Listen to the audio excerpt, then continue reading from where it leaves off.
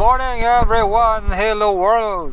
Ito na naman tayo sa isang episode ng ating Esper Fishing Adventure. Of course, kasama pa rin natin si Bro Jack Rianyo, ang local legend ng Sibuyan Island. Let's go and stay tuned for some actions down there. Ayan, nandito na tayo sa spot at medyo okay ang visibility mga lods. At makulimlim ang panahon dito sa Sibuyan Island. Nais ko munang magpasalamat sa ating mga bagong taga-suporta at sa mga patuloy na sumusuporta sa ating YouTube channel. Shout out sa ating mga kaibigan. Batang Espero ng Bohol. Dive safe lagi bro. Shout out din kay Dawes Espero ng Bohol or Espero Wannabe. Keep safe always bro. Mga sanod diha sa Bohol. Dive safe. Shout out din kay Cornelio Junior Bernales ng Padre Burgos Leyte. Ang bahali na bro. Andama kay diyan tayo sugba oh. So atong first fish of the day. Ayan po ang unang tira natin. Isang double line mackerel.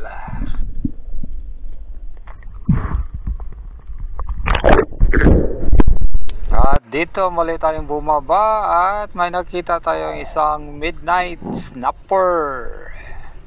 Good size na ito kaya drop bomb tayo mga lods. Ayan, good shot. Stone shot po yan. Ayan, napakaganda ng tama mga lods sa ating second fish of the day. Isang midnight snapper. Napakasarap ito sa sinigang mga lods. Good size na ito. Nasa almost 2 kilos ito.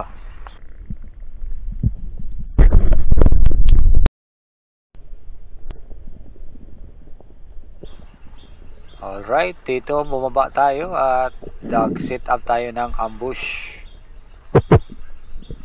Medyo mababaw lang ito mga lods, sa mga 20 meters. Ayan, so may nakita tayong isang batfish. Inaalay natin ang ating pada at tinira. Ayan, napakaganda ang tama niyan mga lods. Gamit pala natin dito ang ating RA Zolo 160 carbon railgun. Dahil napakalinaw ang area, so ang mahabang ginagamit natin.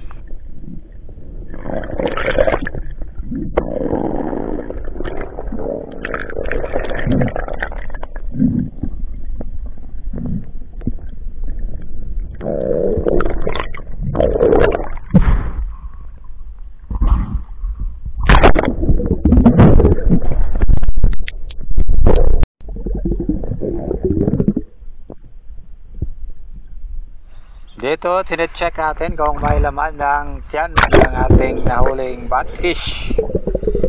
At siyempre, apply natin dito ang ating safety first protocol para maganda ang kainan sa ating pag-ulam dito.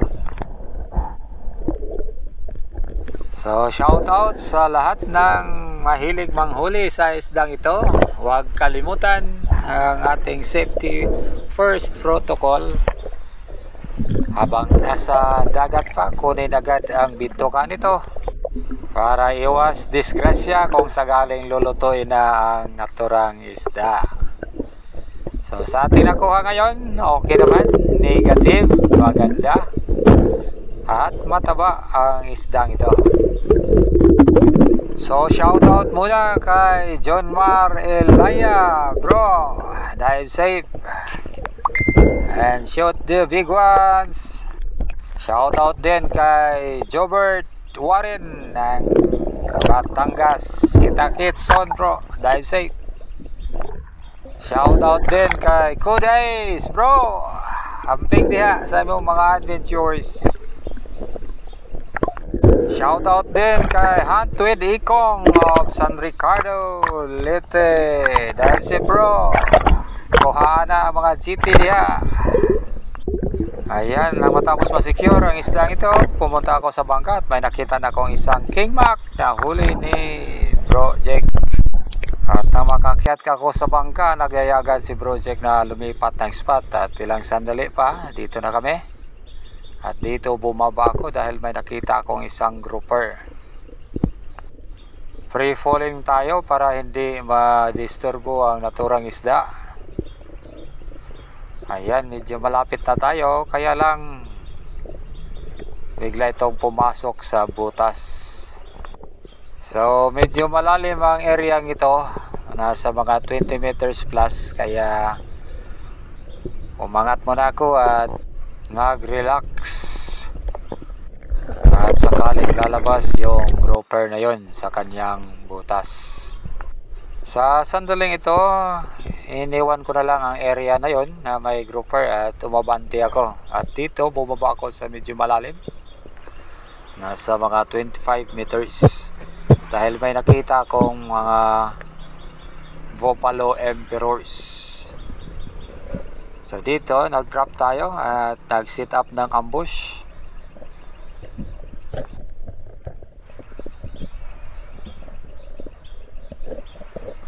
Ayan, makikita natin dun sa medyo malayo, yan ay isang Buffalo Emperor.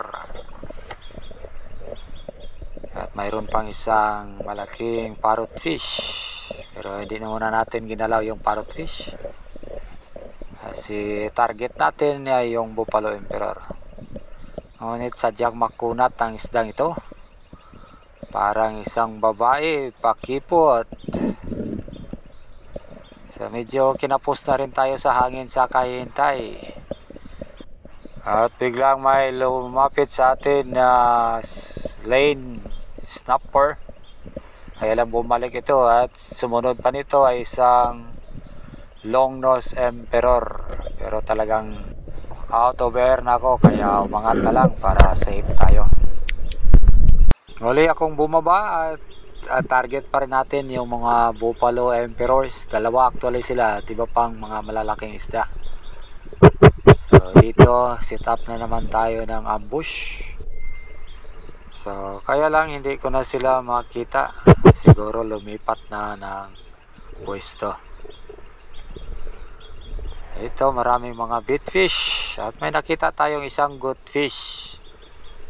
Ayan, naalala na naman natin ang ating idol na si Ryan Myers, na paborito niya ang isdang ito.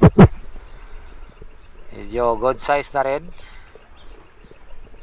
Kaya ayan, hinintay natin na makakuha tayo ng magandang range.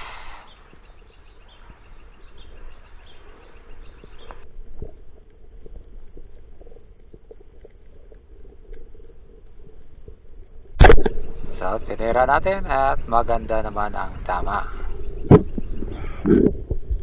Nang makapag-relax tayo, umabante ako at binalikan ko ang area ng grouper. At nakita ko na nandun sa baba, ngunit sa kabilang banda.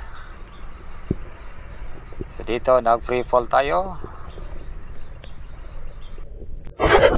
Ngayon, maganda ang patama natin mga lods. Sa wakas, nahuli din natin ng may lap na isdang to.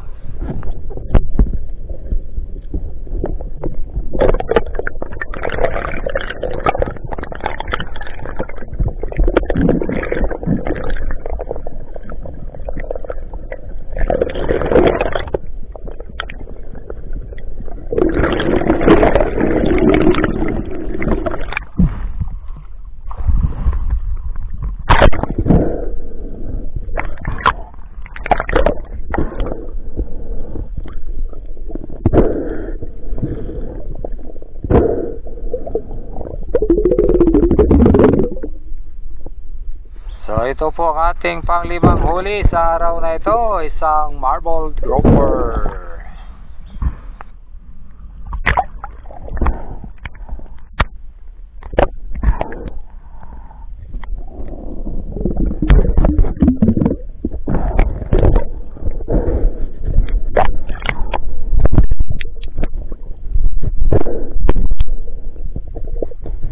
At syempre,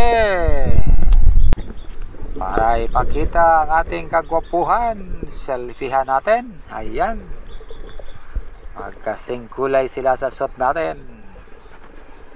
Fuchsia open cell.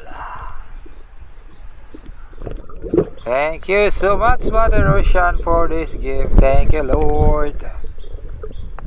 At dito bumalik na ako sa aming bangka para makapagtanghalian. May lagay din ang isda sa stringer. Wala kami ilong dala kaya binibiti na lang namin. So yan po ang huli namin. May isang king mackerel nasa 4 na kilo huli ni Bro Jake. Pagkatapos kong kumain, inilapit ko ang bangka doon sa area ni Bro Jake. At dito naghunting siya ng mga lonar tail groupers.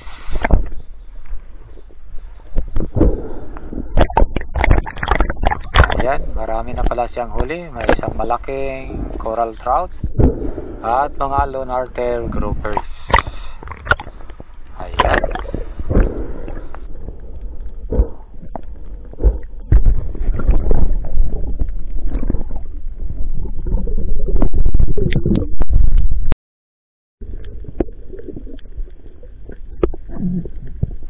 Dito muli na naman siyang pumana at nakahuli ng isa na namang lonar tail groupers. Medyo malaki ito. Gamit na yung isang 75 cm na short gun niya.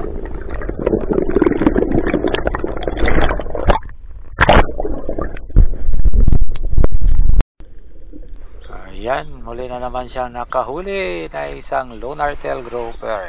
Nagtatago lang ito sa mga corals o bato.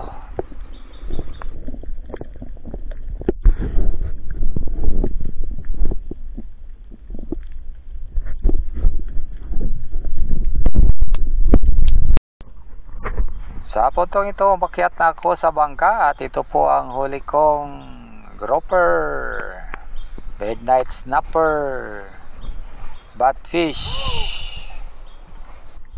At syempre umakyat na rin si Bro Jake. May marami siyang naidagdag sa kanyang King Mac. Ayan po ang kanyang mga huli. Ang dami.